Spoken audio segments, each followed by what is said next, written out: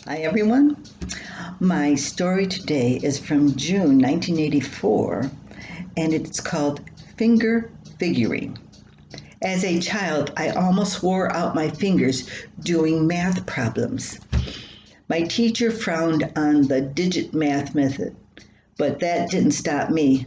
With a little fancy finger work, I could calculate as fast as my classmates and more accurate than most. I'm sorry to say I've grown somewhat rusty with my digit math. Calculators and computers have a way of numbing one's brain and slowing one's fingers when it comes to numbers. Anyway, there's very little left in my digit range. Trying to balance my checkbook on my fingers would give me cramps and aggravate my arthritis. This morning, there was something very interesting that I could calculate on my fingers. The fact is, I could do the figuring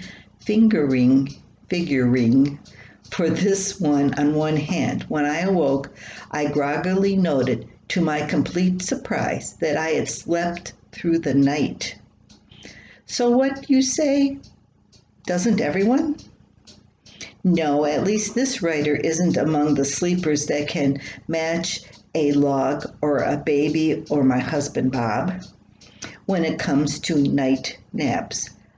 I haven't had a real actual full night's rest since before the kids came along. That's over 9 years now.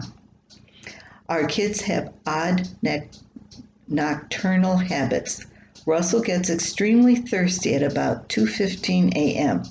Because he's too short to reach the faucet. He needs to wake someone, me, to fetch his water. Becky still has a comfort blanket she sleeps with. There's no living with the girl, night or day, if it gets lost.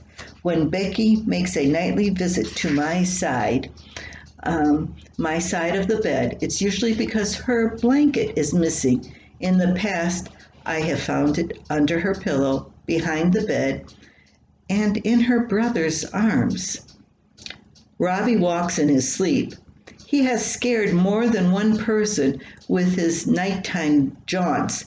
Just last Wednesday night at about 11, there was a terrible rumbly-bumbly noise at the far side of the house. It turned out to be a sleepwalking Robbie tripping down the last 4 stairs.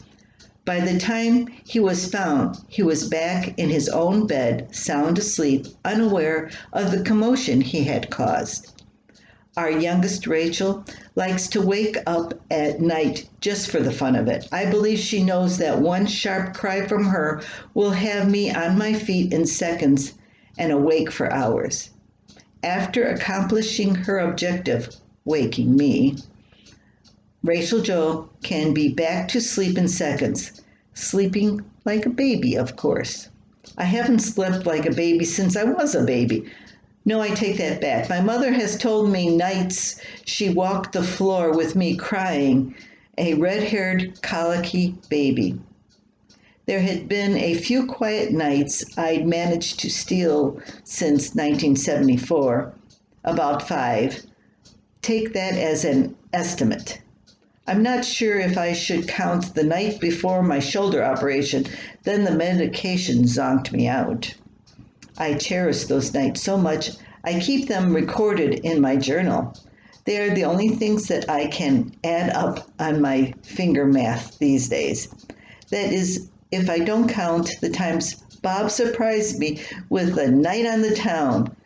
Those are rarer than orchids in Antarctica.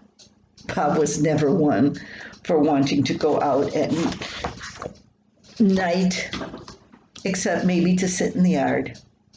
If we went out for anything, it was during the day for a luncheon, probably to Dairy Queen. Anyway, that's my story for today. I hope you enjoyed it. Have a good day.